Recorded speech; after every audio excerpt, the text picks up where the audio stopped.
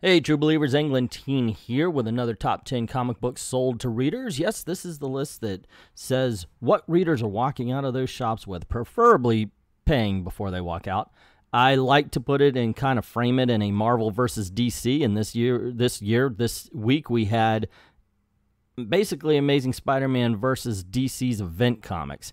After this, going to go on over to Comixology and see who wins the digital week. So don't forget, these are the comic shops that participated in this week's countdown. This comes from Bleeding Coals, so, grain of salt if you'd like. If you're in this area, please, by all means, stop by one of these shops. Maybe buy something, say hi, and don't forget to support your own local comic book shop. So without further ado, let's get started. Starting off the hard copy countdown at number 10 is Spider-Geddon Zero. At number 9, we have The Edge of Spider-Geddon, number 4. Number 8 brings us Stranger Things, number 1. At number 7, we have Justice League Odyssey, number 1. Batman Detective Comics 988 gets to number 6. At number 5, we have Justice League Dark, number 3. Number 4 brings us Amazing Spider-Man, number 6. Number 3 is Action Comics 1003. In the runner-up spot, at number 2 is Heroes in Crisis, number 1. And in the first position at number 1 is the event comic, Doomsday Clock, number 7. Wow, people are loving that PS4 game. I guess it's pushing the Spider-Geddon books. That's what I hear it's based on. I don't know. It lost me at the first issue, to tell you the truth. So what do we have? We have for Marvel, Spider-Geddon, Edge of Spider-Geddon, and The Amazing Spider-Man. We have one independent, and that leaves Doomsday Clock, Heroes in Crisis, Action Comics, Justice League Dark, Detective Comics, Justice League Odyssey for DC. So DC wins 6-3 this time around for the hard copies. As a DC comic fan, I'm okay with that. But let's see what the comic book shop owners have to say about this week. Stranger Things and Heroes in Crisis sold staggering numbers this week at FFF. Both easily topped our top 10 weekly bestseller list at number 1 and 2 respectively. Doomsday Clock continues to sell well, even when nobody seems to know when the next issue is coming out. Surprisingly, Justice League Odyssey only sold okay numbers. It was still in the top 10, but towards the bottom at number 9. It just goes to show how delaying a book can seriously hamper the buzz around its actual release. Amazing Spider-Man was the best-selling Marvel book. Spider-Man is slowly coming back on top of the Marvel books as many lapsed readers are coming back for the stripped-down, back-to-basics story Spencer is telling. Spider-Geddon did okay, but not as well as I thought it would. We've only had like one person ask about Spider-Man because of the game.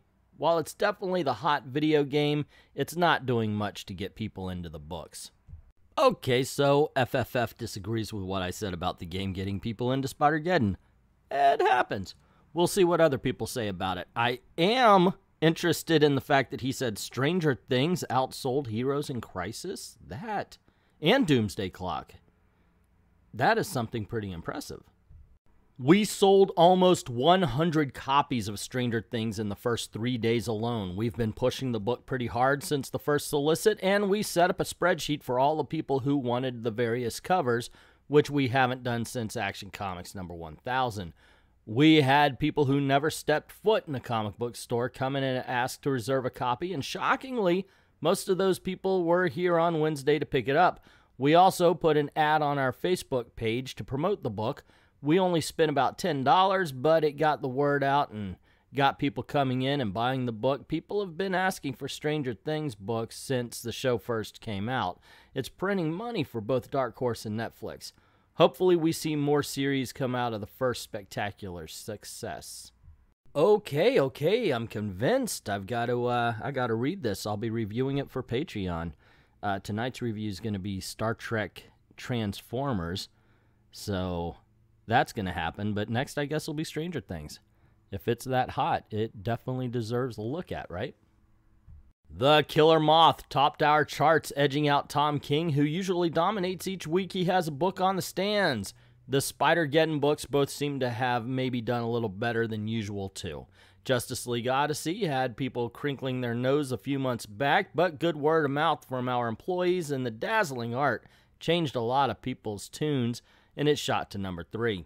Baltimore Comic-Con is going on right now, and our stock is comprised of a lot more modern keys than we typically have, and seems to be doing well. Honorable mention once again to Joshua Middleton. If both covers had sold equally of Batgirl, that title would be in the top 10 as well. Oh my God, I'm finally glad somebody else is saying this. I've been saying it recently, the last 2 issues definitely. Batgirl, who won twice consecutive for worst DC comic book, is getting good. It's actually pretty good. It's something you should be checking out. Shiny! New Event Comics, Heroes in Crisis, got beaten out for the top spot by old hype machine event comic, Doomsday Clock. Our obligatory Bat title, this week Detective Comics, doesn't show up until the middle of the list, with both Action Comics and Amazing Spider-Man between itself and our sales leaders for the week. The bottom half of the list is full of Justice, with both Justice League Dark and the gorgeous Justice League Odyssey selling well. Wonder Woman and a pair of X books, Extermination and X-Men Red, hold things down at the bottom of the list. It makes sense that X-Men Red is at the bottom of the list because it's at the bottom of the barrel. Doomsday Clock 7 easily took the top spot. Heroes in Crisis did terrible for a start of a new company event. With sales of Infinity Wars and this, I think people are truly tired of big deaths and big company events. Amazing Spider-Man keeps posting solid numbers. Dr. Apra number 24 had a nice little boost with the FET variant cover. Justice League Odyssey did poorly for a first issue, beaten by Justice League Dark number 3, surprisingly enough. We've had extreme personal Tom King. We had the extremely personable Tom King in for a signing, not only helped with Heroes in Crisis, but a number of Batman and Sheriff of Babylon trades, and Mr. Miracle back issues moved as well. Good time had by all. Yes, tired of the big event death scenes, especially if they're off camera and they're characters we've known and loved for 50 years or more in both of their cases. Anywho, yeah, wow, Speedy's been around forever. Speedy's been around longer than Kid Flash, as a matter of fact. Just tossed away by Heroes in Crisis. Bad Tom King. DC came back strong this week with Doomsday Clock and Heroes in Crisis, both of which battled it out for the #1 slot in our store. Doomsday Clock narrowly won by 2 copies. Marvel only placed 2 books in our store's top 10, both Spider-Geddon titles, while IDW and Dark Horse hit the top 10 with Star Trek vs. Transformers and Stranger Things, respectively. A strong sales day with only a 6-copy difference between our 10th place title and our 20th place title. Oh, yes. Looking forward to reading Stranger Things and reviewing it. I just read Star Trek Transformers. Once again, that's going to be on Patreon. Independent books really do not do well for views here, so I decided to do that as a Patreon thing from here on in. I gotta say, though, a quick review would be fun. So that's what the shop owners had to say in my little comments on it. So do you agree, disagree? Let me know in the comments below. But now we're going to go on over to Comixology, the world's largest digital comic book shop, to see who wins the digital week. Is it Marvel or DC, or are independents going to take over? At number 10, we have X-Men Red number 8. The Wicked and the Divine comes in at number 9. At number 8, we have Detective Comics 988. At number 7 is Extermination number 3. At number 6, we have Justice League Dark number 3. Number 5 brings us Justice League Odyssey number 1.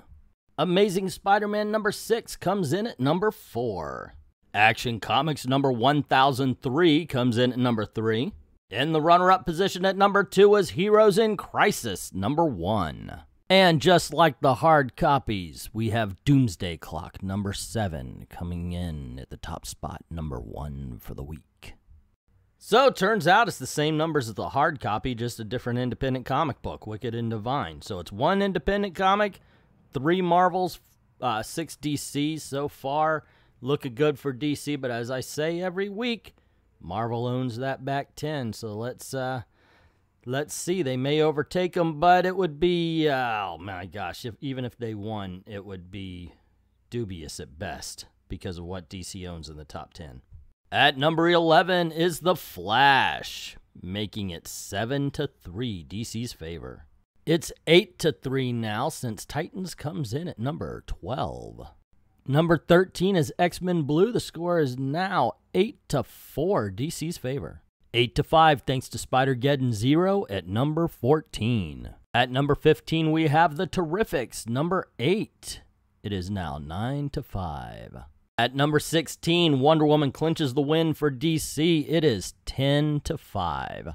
But Marvel doesn't want to go out like a punk, so at number 17, we have Star Wars Dr. Aphra. It is now 10-6. At number 18, we have Marvel 2-in-1, number 10. So it's now 10-7. But at number 19, we have Jessica Jones. It is now 10-8 DC versus Marvel. It's a rarity for a book to be in the countdown 2 weeks in a row, but here you go. Batman the Damned at number 20. So DC wins 11-8. Wait, that doesn't make sense. Yes, no, that is 11-8 in DC's favor with one independent comic. I'm a DC fan, so personally I like to see weeks like this. I wish it would happen all the time because Marvel is strong. It's getting stronger. They're putting out some good books, and I like to see two strong companies. It makes for an exciting run, and I'm very happy that this happened this week because I would rather see DC beat out a strong Marvel than a weak Marvel any day. But that's just my opinion. What is yours? What book is way too high on the countdown? What book is way too low? And like Aquaman, any week of the year, what do you think should be in the top 10 that just does never seem to make it? Batgirl should be showing up. Batgirl and Aquaman should be showing up all the time. And Hawkman, gosh darn it, where's Hawkman? Oh, wait, no, that was a couple of weeks ago. That'll be this Wednesday. Anyway, let me know what you think in the comment section below. Also, if you like this video, you want to see more, you know the drill. Click like, share, get word out about the channel. Don't forget to hit subscribe and the notification bell. Now, I do have a Patreon. Please help out the channel, help us make videos for you, and help us to keep the lights on over here. I'd like to thank everybody who's already done that. I'd like to thank everybody who's also gone over to Mad About the Mouse, my Disney channel, because that's always fun. It's just fun. It's a fun channel.